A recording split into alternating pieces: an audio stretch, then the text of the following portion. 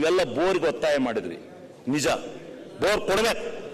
ನಾನು ನಮ್ಮ ಸರ್ಕಾರಕ್ಕೆ ಮನವಿ ಮಾಡ್ತೀನಿ, ಬೋರ್ ಕೊಡಬೇಕು. ಅದರಲ್ಲೂ ಏನಾದರೂ ನಿರುದ್ಯೋಗ ಸಮಸ್ಯೆಯನ್ನ, ಆರ್ಥಿಕ ಪರಿಸ್ಥಿತಿಯನ್ನ, ಎಲ್ಲ ವರ್ಗದ ನಿರುದ್ಯೋಗಿ ಪದವೀಧರರ ಸಮಸ್ಯೆ ಬಗೆಹರಿಬೇಕಾದ್ರೆ ಈ ಒಂದು ಬೋರ್ವೆಲ್ಗಳನ್ನ ಕೊಡಬೇಕು. ಅವರಿಗೆ 2 ಎಕರೆ 3 ಎಕರೆ ಜಮೀನು ಇರುತ್ತೆ.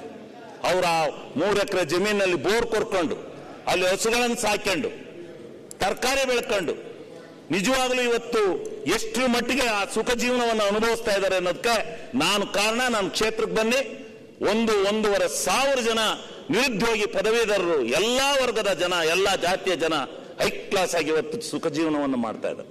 ಅವರಿಗೆ ಬೋರ್ವೆಲ್ಗಳನ್ನ ಕೊಡಬೇಕು. ನಾನು ಮುಖ್ಯಮಂತ್ರಿಗಳ ಹತ್ರ ಹೇಳಿದೀವಿ, ಯಾವುದನ್ನೇ ನಿಲ್ಲಿಸಿ, ಅಂತರ್ಜಲ ಸ್ವಲ್ಪ ಇಂಪ್ರೂವ್ ಆಗಿದೆ, ಆದ್ರಿಂದ ಈ ಬೋರ್ವೆಲ್ಗಳನ್ನು ಕೊಟ್ಟು ಅವರಿಗೆ ಬಹಳ ಸುಲಭವಾಗಿ ಬೆಳೆಯತಕ್ಕಂಥದ್ದು. ನಮ್ಮ ತರಕಾರಿ ಕಾಯಿಪಲ್ಯಕ್ಕೆ ಬಹಳ ಬೇಡಿಕೆ ಇದೆ. ಆ ಕಡೆ ಬಾಂಬೆ, ತಮಿಳುನಾಡು ಅಲ್ಲೆಲ್ಲ ಭಾರಿ ಬರ್ತಾರೆ ನಮ್ಮ ಹತ್ರ ಹರಾಜಲ್ಲಿ ತಗೊಂಡೋಗೋದಕ್ಕೆ. ಆ ತರಕಾರಿ ಮಾರುಕಟ್ಟೆಯನ್ನು ಮಾಡಿಕೊಂಡು ನಮ್ಮ ಜೀವನ ಸುಖ ಜೀವನವನ್ನು ಮಾಡ್ತಾ ಇದ್ದಾರೆ. ಅದರಿಂದ ಬೋರ್ವೆಲ್ಗಳನ್ನ ನಿಲ್ಲಿಸಬೇಡಿ. ನಿರುದ್ಯೋಗಿಗಳಿಗೆ ಇಲ್ಲಿ ಬೆಂಗಳೂರಲ್ಲಿ ಬಂದು 10,000 15,000 ಮೂಟೆ ಹೊರ ಕೆಲಸ ಮಾಡಬೇಡಿ. ಇಲ್ಲೇ ಕೂರ್ಸಿ ಇದು ಕೊಡಲ್ಲ. ಇಲ್ಲೆಲ್ಲ ಬೆಂಗಳೂರಿಗೆ ಬಂದ್ರೆ ನಾವು ನೋಡ್ತೀವಲ್ಲ ಪಾಪ. ಮನೆ ದಿವಸ ಒಂದು ಗಾರ್ಮೆಂಟ್ಸ್ ಇದ್ಕೋ ನಮ್ಮೂರನು ಬಹಳ ಬೈಕಿದ್ ಮನುಷ್ಯ ಶಿಳ್ಳಿ ಹೊಡಿತಾವನೆ. ನಾನು ನೋಡ್ಬಿಟ್ಟು ನಾಚ್ಕೊಂಡ ಆ ಕಡೆಗೆ ನಿಂತ್ಕೊಂಡ. ಏನಪ್ಪ, ಆಮೇಲೆ ನಾನೇ ಅಂತ ಗೊತ್ತಾಗಿ ಕೇಳಿದೆ, ಎಷ್ಟು ಕೊಡ್ತಾರಣ್ಣ ಸಂಬಳ ಅಂದೆ. 15,000 ಅಂದ. ಅವನು ಶಿಳ್ಳಿ ಹೊಡಿತಾವನೆ. ಅವನು ಇಟ್ಟಿದ್ದು ಎಷ್ಟರ ಮಟ್ಟಿಗೆ ದೊಡ್ಡ ಶ್ರೀಮಂತ ಗೊತ್ತರ. ಆ ತರ ಇರ್ತಕ್ಕಂಥ ಪರಿಸ್ಥಿತಿ ಬಂದಿದೆ.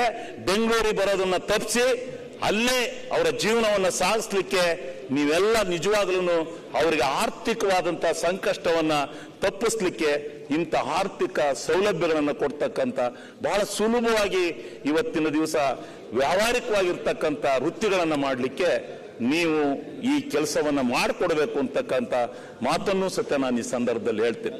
ಸುಮ್ಮನೆ ಹೇಳ್ತಾರೆ ಏನು,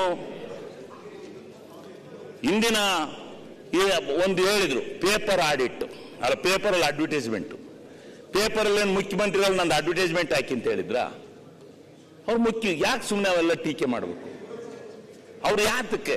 ಅವ್ರೇನು ಯಾರೋ ಅವ್ರ ಇಂಟ್ರೆಸ್ಟ್ ಇರೋರು ಇಲ್ಲ ಪ್ರಾಯೋಜಕರು ಅಂತ ಬರ್ಕೊಂಡೆ ಅವರೇ ಹಾಕಿರ್ಬೋದು. ಒಳ್ಳೆ ವಿಚಾರಗಳನ್ನ ಮಂಡನೆ ಆದಾಗ ಅವರೇ ಬರ್ಕೊಂಡಿರ್ಬೋದು. ಅದನ್ನ ನೀವು ಅವರು ಮುಖ್ಯಮಂತ್ರಿಗಳು ಇದನ್ನ ನೀವು ಅಡ್ವರ್ಟೈಸ್ಮೆಂಟ್ ಕೊಡ್ಬೋದಾ ಅಂತ ಟೀಕೆ ಮಾಡ್ತಿರಲ್ಲ. ಒಬ್ಬ ಮುಖ್ಯಮಂತ್ರಿಗಳಿಗೆ ಇದು ಮಾಡ್ದಂಗಲ್ವ ಅದು? ಏನಕ್ಕೆ? ಅದು ಒಳ್ಳೆ ಸಬ್ಜೆಕ್ಟ್ ಆಗಿದ್ರೆ ಹಾಕ್ತಾರೆ, ಅಷ್ಟು ಸುಲಭವಾಗಿ ಮಾಧ್ಯಮದವ್ರು ಹಾಕೋದಿಲ್ಲ. ಅದನ್ನ ನೀವು ಸದನದಲ್ಲಿ ಎತ್ತೇಳಿಸ್ತಕ್ಕಂಥ ಕೆಲಸ ಅಲ್ಲ ಅಂತಕ್ಕಂಥ ವಿಚಾರವನ್ನು ನಾನು ಈ ಸಂದರ್ಭದಲ್ಲಿ ಹೇಳಲಿಕ್ಕೆ ಬಯಸ್ತೇನೆ. ಆಮೇಲೆ ಕಾಂತರಾಜು ವರದಿ ಬಗ್ಗೆ ಮಾತಾಡ್ತಾ ಇದ್ದೀನಿ. ಕಾಂತರಾಜು ವರದಿ ಯಾವಾಗ ಆಯ್ತು? ಕಾಂತರಾಜು ವರದಿನಲ್ಲಿ ಹೌದು, ಸಿದ್ದರಾಮಯ್ಯನವರು ಅಹಿಂದವನ್ನ ಕಟ್ಟಿ ಹಿಂದುಳಿದ ವರ್ಗದ ನಾಯಕರು, ಅಹಿಂದ ನಾಯಕರು ಅಂತ ಹೇಳಿ ಹೆಸರು ತಗೊಂಡಿದ್ದಾರೆ. ಅವರಿಗೆ ಆ ಹೆಸರು ಬಂದೋಯ್ತು. ಅವರು ಮುಖ್ಯಮಂತ್ರಿ ಆದ್ರೂ ಇರುತ್ತೆ ಆ ಹೆಸರು, ಮುಖ್ಯಮಂತ್ರಿ ಇಲ್ಲದೆ ಇದ್ರು ಅಹಿಂದ ನಾಯಕರು ಅಂತ ಹೇಳಿ ಇರುತ್ತೆ.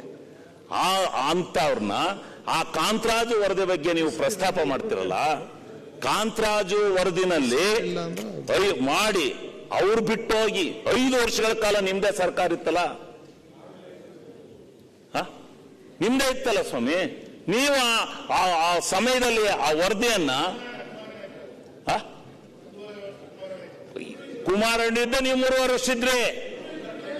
ನೀವು ಅಲ್ಲಿ ನಾವು ಕೇಳ್ದ ನಿಮ್ಗೆ ಅದ್ರ ಬಗ್ಗೆ ಹಿಂದುಳಿದವ್ರ ಬಗ್ಗೆ ಅನುಕಂಪ ಇಲ್ವಲ್ಲ, ಅದರಿಂದ ನಾವು ಸುಮ್ಮನಾದ ಅತ್ಲಗೆ.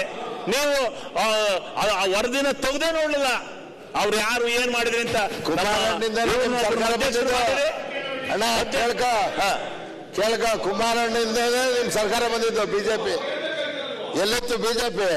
ಆಮೇಲೆ ನೀವು ನಮ್ಮ ಇದ್ರೆ ಬಿಡಪ್ಪ.